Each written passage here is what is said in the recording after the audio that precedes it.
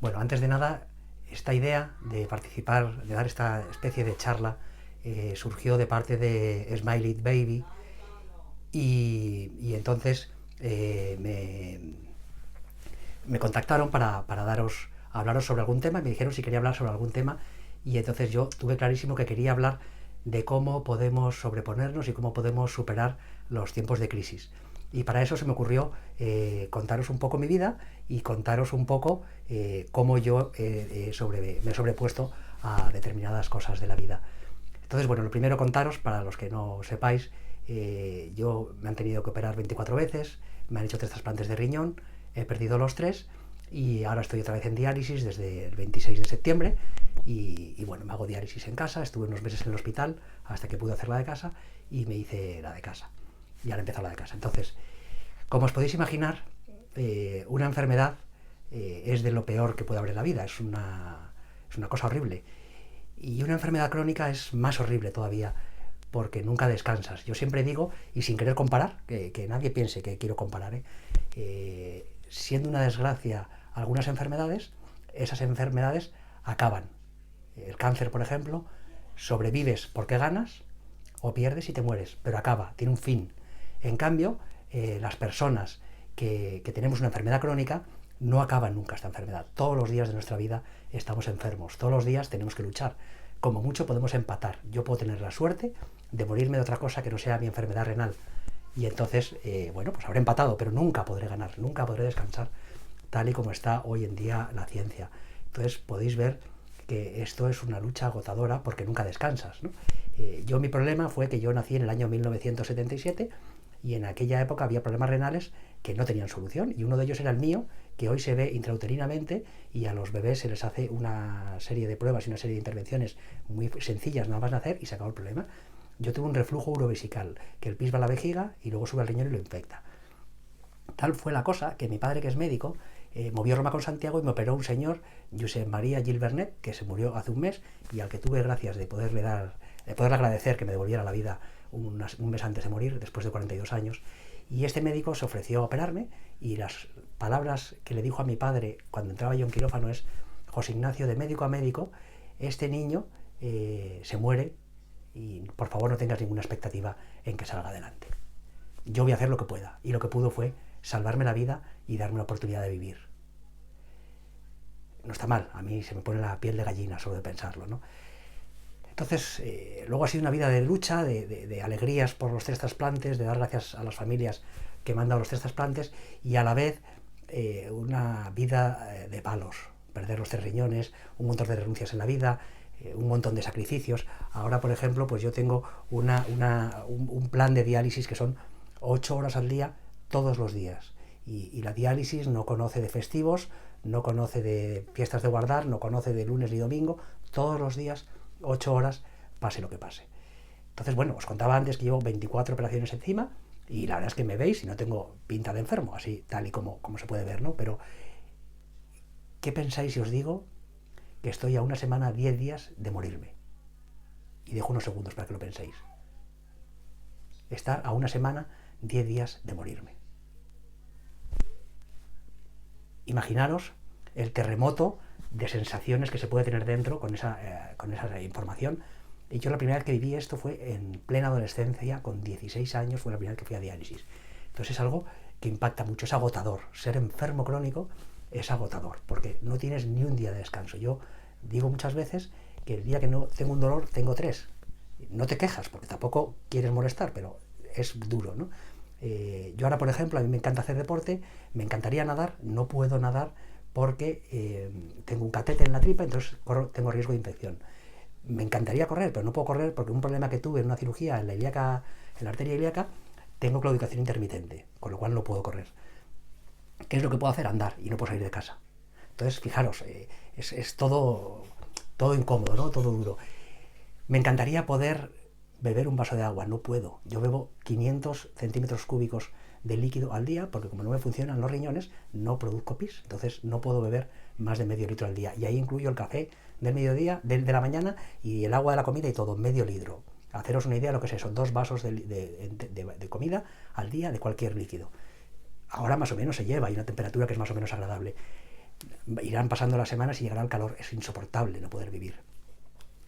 No puedo hacer un montón de cosas que me encantaría. No podemos, mi mujer y yo no podemos ir a cenar tranquilamente porque tenemos que hacerme la diálisis a las 10 de la noche. Entonces, si os fijáis, es una vida dura, es una vida de renuncias, ¿no? Y esto nos pasa a muchos enfermos crónicos. Muchas veces los toros desde la barrera se ven distintos y cuando yo he estado en la barrera no he estado de acuerdo con lo que voy a decir ahora.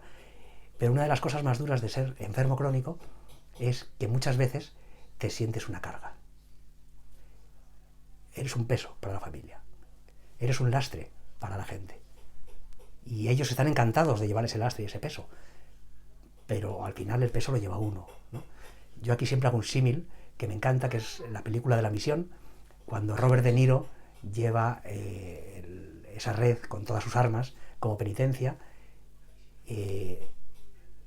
La imagen de no poder más físicamente, pero él mentalmente necesitar llevarla todavía, ¿no? Y la reacción de Jeremy Irons de cómo sabe que todavía esa persona la necesita, eso es espectacular, porque una de las cosas que yo también tengo claro es que esto solo no se puede. Yo estoy aquí y sigo adelante y lo llevo tan bien y soy tan feliz gracias a los acompañantes. Siempre lo he dicho y siempre me lo habéis oído los que me seguís un poco y me conocéis. Yo le doy las gracias a Dios por muchas cosas, pero una de ellas es por Olivia y Chloe, por Sara. Sin su fuerza y sin su alegría yo no podría seguir adelante.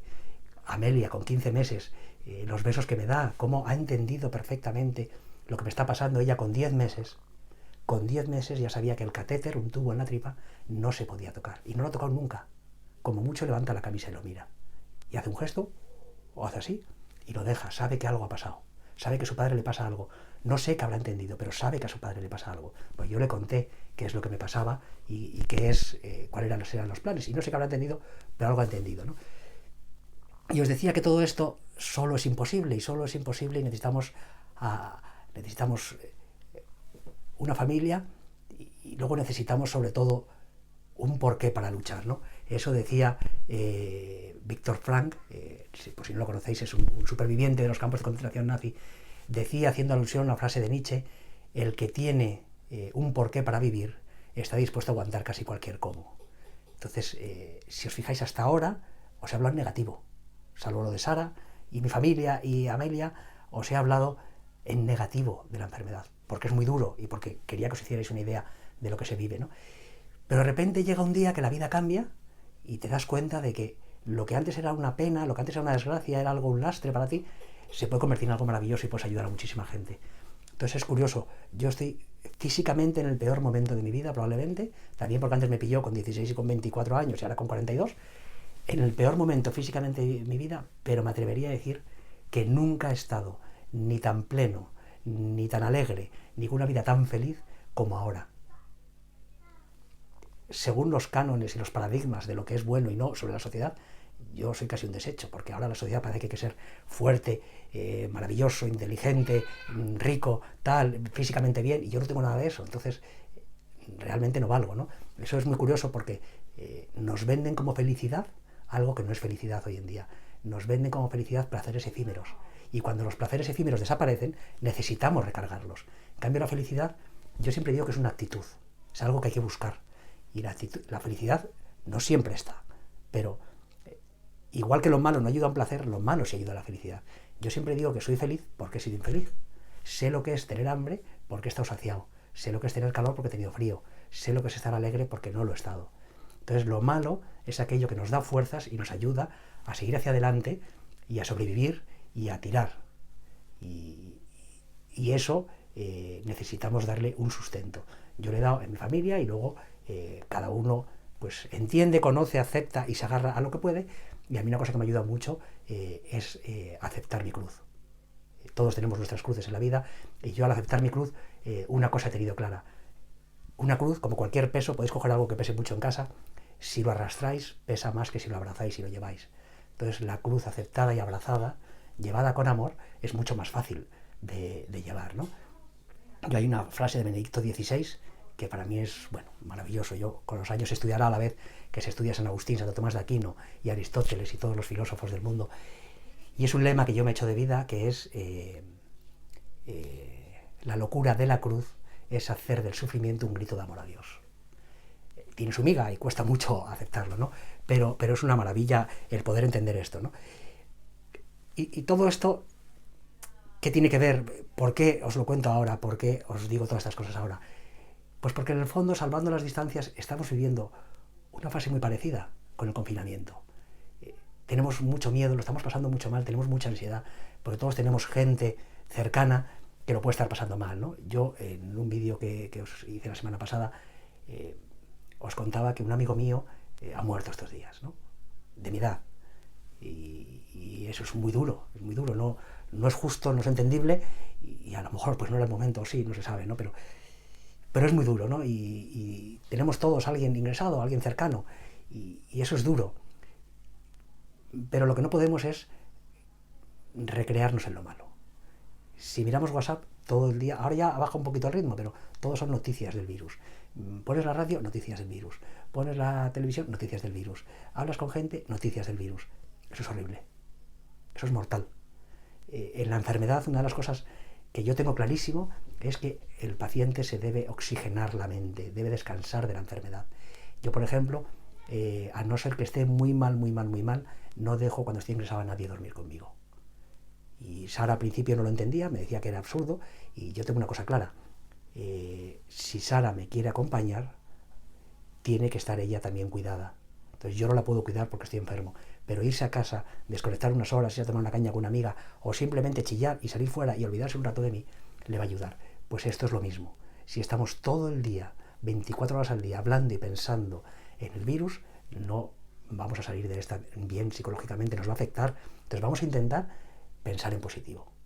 En casa, por ejemplo, pues habrá momentos que discutamos, ¿no? Yo hay unos estudios que me hacen mucha gracia sobre ratas, y os lo contaba el otro día también. Si yo meto una rata en 1 metro cuadrado, está encantada, 2 también, 3, algún roce tienen, 5 se gruñen y 6 se muerden. Pues esto es lo mismo, ¿no? Entonces, a veces hay que saber vivir una situación de estas. Otra de las cosas que digo yo muchas veces es que no hay nada más egoísta en el mundo, y ojo lo que voy a decir, no hay nada más egoísta en el mundo que un enfermo. ¿Sí? Y yo lo he utilizado alguna vez, y lo usas en tu favor. Porque si quieres, dices si te encuentras bien o mal. Si quieres, pegas una coza a alguien sin venir a cuento y todo el mundo te lo acepta porque estás enfermo. Y eso es injusto. Y además siempre se la das a quien menos se lo merece y a quien más está contigo, ¿no? Pues esto es lo mismo. Entonces, una cosa importante de cara a estos días, para superar estos momentos, es saber pedir perdón. Y en contra de lo que pueda parecer, el primero que pide perdón no es el más débil, al revés, es el más valiente. Es el primero que reconoce su error. Y a lo mejor no tiene por qué no tener la razón, pero es el que se ha dado cuenta que es absurdo eso. Entonces es importante que vivamos unidos. Yo, unas palabras que me encantan para la convivencia en general y para una familia en particular es gracias, por favor y perdón. Y ahora pasamos 24 horas al día juntos, que eso es buenísimo, pero también es agotador a veces, ¿no? Entonces vamos a buscar las cosas positivas. ¿Cuántas veces hasta el 13 de marzo hemos pensado, si tuviera tiempo, jugaría con mi hija? Tenemos tiempo. Si jugara tiempo, haría este hobby que llevo años queriendo. Tienes tiempo. Si tuviera tiempo, escribiría un libro. Escríbelo. Si tuviera tiempo, haría etcétera, etcétera, etcétera, etcétera, etcétera. Tenemos tiempo. Tenemos tiempo. En cambio, toda la vida queriendo tener lo que tenemos ahora, y ahora que lo tenemos, queriendo tener lo que tenemos antes. No puede ser. No nos ayudamos nada. Entonces, otra cosa que yo hago cuando estoy ingresado es pensar en las cosas que puedo hacer. Si yo estoy pensando en todo lo que no puedo hacer, esto es una desgracia. Una desgracia enorme. Entonces, pensad siempre, o casi siempre, lo más que podáis, en las cosas que podéis hacer. ¿Qué puedo hacer? ¿Puedo jugar con mis hijos al parchís? Pues voy a jugar al parchís. ¿Puedo descansar un rato? Fenomenal. ¿Me voy a aburrir? Pues a veces es bueno aburrirse, que es buenísimo, y dejar la cabeza quieta un poco, que la vida, la velocidad de la vida que llevamos hoy en día no nos permite vivir tranquilos, ¿no? Hagamos como el Principito, que decía que las cosas esenciales son invisibles para los ojos. Vivamos, disfrutemos, valoremos, degustemos esas cosas maravillosas que tienen estos días, porque las tienen. Entonces, vamos a pensar en eso. No podemos encerrarnos solo en qué desgraciados somos, en qué momento nos ha tocado vivir, en por qué es esto, ¿no? Tampoco es malo pensar en futuro, pero no requemándonos, no pensando es que no puedo, es que no, sino vamos a ver qué planes podemos hacer cuando salgamos. Después del puente de mayo, yo sé la idea que me he hecho. Pues si es antes mejor, y si no, pues qué le vamos a hacer. pero no me quiero hacer ilusiones antes de tiempo. Pues vamos a pensar en familia, qué planes podemos hacer, qué cosas. Vamos a disfrutar las cosas pequeñas. Antes os hablaba del vaso de agua. Yo, una de las cosas que más le sorprende a la gente es que yo, cuando estoy trasplantado, 7 años el primer trasplante, 5 días el segundo, que me dio poco tiempo a disfrutarlo, pero bueno, y 15 años taurino, una cosa que hacía todos y cada uno de los días que estaba trasplantado es beberme un vaso de agua disfrutándolo. Y había gente que me decía, ¿para qué haces eso? Y digo, porque volverán los momentos en que no pueda volver a beber ese vaso de agua. Hoy en día, si yo me bebo un vaso de agua, bueno, la guerra psicológica que se entra para uno mismo, no os podéis hacer una idea lo que es, ¿no? El paciente crónico es muy agresivo consigo mismo, es una lucha psicológica muy grande entre lo que hacemos mal y lo que hacemos bien, y a veces no nos perdonamos. Yo muchas veces digo, esto me entra la risa porque hay gente que se ríe de mí, pero cuando yo tengo un problema de verdad, me hablo en tercera persona. Y diréis, ¿qué dice este? Se ha vuelto loco. Si a vosotros os cuenta un amigo vuestro un problema, le habláis muy cariñosamente y muy comprensivamente. Y le entendéis perfectamente y con mucha empatía. Si ese mismo problema lo trasladáis a vosotros, no tenemos piedad con nosotros mismos. Es brutal, pero es así. No tenemos piedad con nosotros mismos. Entonces yo, cuando tengo un problema de verdad, me hablo en tercera persona. Y por lo menos soy más cariñoso. El problema sigue igual y la solución será parecida, pero por lo menos no me hago daño, ¿no? Entonces, pues estos días hay que centrarse, en esta época, hay que centrarse en eso, en lo que os decía, en pensar, en añorar, en echar de menos, bueno, no echar de menos, porque si no sería lo contrario, con perdón, en pensar y centrarnos en las cosas que sí que podemos hacer. Si no, nos vamos a volver locos. Intentar pensar en positivo. A nadie le apetece estar encerrado. Hoy han cambiado la hora y nos encantaría estar fuera. A mí me encantaría, es una maravilla este tiempo. Salgamos cuando podamos, no ahora. Podemos mirar por la ventana y disfrutar, lo cogeremos con más ganas, pero no podemos obsesionarnos con lo que no podemos. Intentemos descansar del virus, sobre todo porque hay muchas noticias falsas, muchas noticias no son falsas. Vamos a centrarnos en esas cosas pequeñas que nunca podemos hacer. Llegará el día en que vamos a tener que levantarnos pronto, ir a trabajar un montón de horas, llegaremos cansados y no tendremos ganas de hablar con nadie. Una cosa maravillosa que está pasando ahora.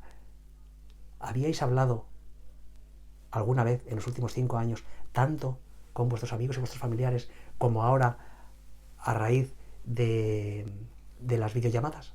Por la aplicación que sea. Yo no. Yo siempre decía, quiero llamar a fulanito, quiero llamar a menganito. Con las gracias del WhatsApp, hola, ¿qué tal estás? Bien, punto, ya está. Cerramos la conversación. En cambio ahora nos llamamos, necesitamos vernos. Hay una cosa que a veces no pensamos. Mowgli y Tarzán son dibujos animados. El ser humano es un animal social, necesitamos contacto. Ahora no podemos tenerlo, pero necesitamos contacto, aunque sea visual. Necesitamos vernos, necesitamos hablar, necesitamos relacionarnos. El hombre de las montañas normalmente tiene una tara. Necesitamos vivir en sociedad. Entonces, preparémonos para volver a vivir en sociedad fuertes, dando gracias a Dios por todo lo que tengamos. Yo creo que vamos a aprender a valorar muchísimas cosas que antes no las valorábamos y las dábamos por hecho. Antes lo normal era que si me apetecía salir a la calle. Si me apetecía un día de sol me iba a una terraza a tomar una caña. Si me apetecía, hacía tal. Ahora no podemos hacer nada. De la noche a la mañana nos han roto los esquemas. Esto pasa como cuando pierdes un riñón. De la noche a la mañana estás bien, de la noche a la mañana estás ingresado y no puedes hacer el 90% de las cosas que hacías y no te encuentras bien. Esto es lo mismo. Pero no podemos centrarnos en todo lo que no podemos hacer, insisto. Valoremos lo que sí, centrémonos en lo que sí. Con cariño pensemos en planes para el futuro, pero valorando lo que sí. Entonces, bueno, no quiero marearos, llevo 20 minutos hablando, que no está mal, y creo que más sería aburrido. Y nada, espero que os haya ayudado a entender desde la experiencia de un paciente. En este momento no hablo ni como sanitario, fisioterapeuta, ni como psicólogo, que no lo soy, simplemente por la experiencia de vida de 42 años enfermo y muchas operaciones y muchos ingresos, trucos que yo he utilizado en mi vida y reflexiones que he ido haciendo en todas esas horas de soledad y de estar encerrado para superar esto. Entonces, cuando nos queramos dar cuenta, estamos fuera. Yo siempre digo que lo que cuesta más es la primera semana y a lo mejor la segunda, que es un poco la subida. Luego hacemos hábitos, nos acostumbramos. Es importante coger hábitos. Hay que asearse todos los días, hay que ponerse unos horarios. Eso es fundamental, porque si no, al final nos dejamos y se nos pasan los días miserablemente y no podemos crecer dentro de la desgracia. Siempre, mis alumnos están hartos de oír esta frase en clase. Cuando yo hago una pregunta en clase y la dicen mal, siempre digo que me alegro, porque cuando alguien responde mal es cuando más aprende. porque le voy a explicar por qué lo hace bien, o sea, por qué se ha equivocado y cómo sería bien, y los demás compañeros van a aprender el por qué está bien. En cambio, si lo dice bien, muy bien, ya está, fenomenal. Y se acaba el tema ahí. Entonces es muy importante también a veces equivocarnos y pensar que hacíamos mal, que podemos corregir, que podemos mejorar. Entonces, bueno, en fin, que espero haberos podido ayudar, espero que hayáis podido entender un poco cómo se vive la vida enclaustrado en una enfermedad. Insisto, aunque parezca mentira, con todo lo que os he contado, tengo una vida absolutamente plena, familiar, completa, feliz.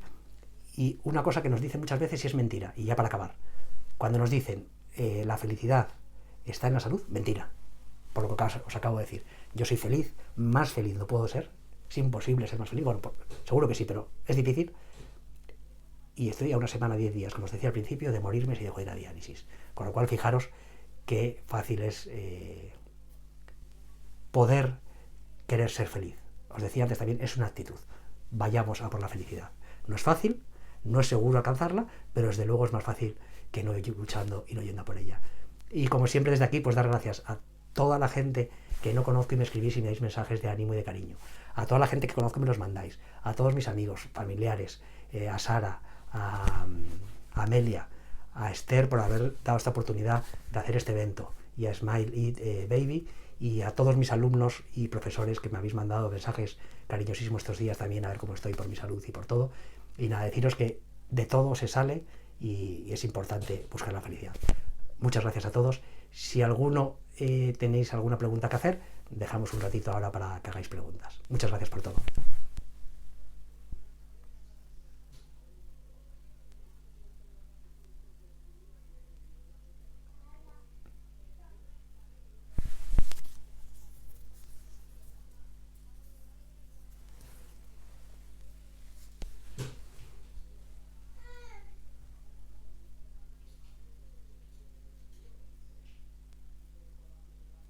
Gracias a vosotros por vuestras palabras y por el cariño.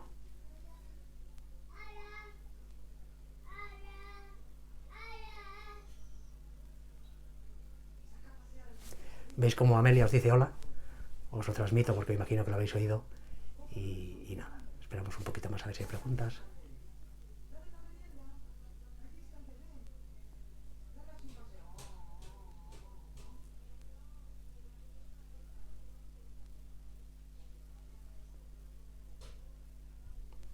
Pues nada, visto que no hay preguntas, corto aquí la transmisión y os doy muchísimas gracias por escucharme, por dedicarme un rato y por todos los mensajes de ánimo que me mandáis. Ánimo, fuerza, vamos a salir reforzados de esto y vamos a crecer como personas, nos vamos a conocer como personas a nosotros, a nuestros familiares, y vamos a crecer como familias y como sociedad. Ánimo, que podemos y saldremos fenomenal. Gracias por escucharme.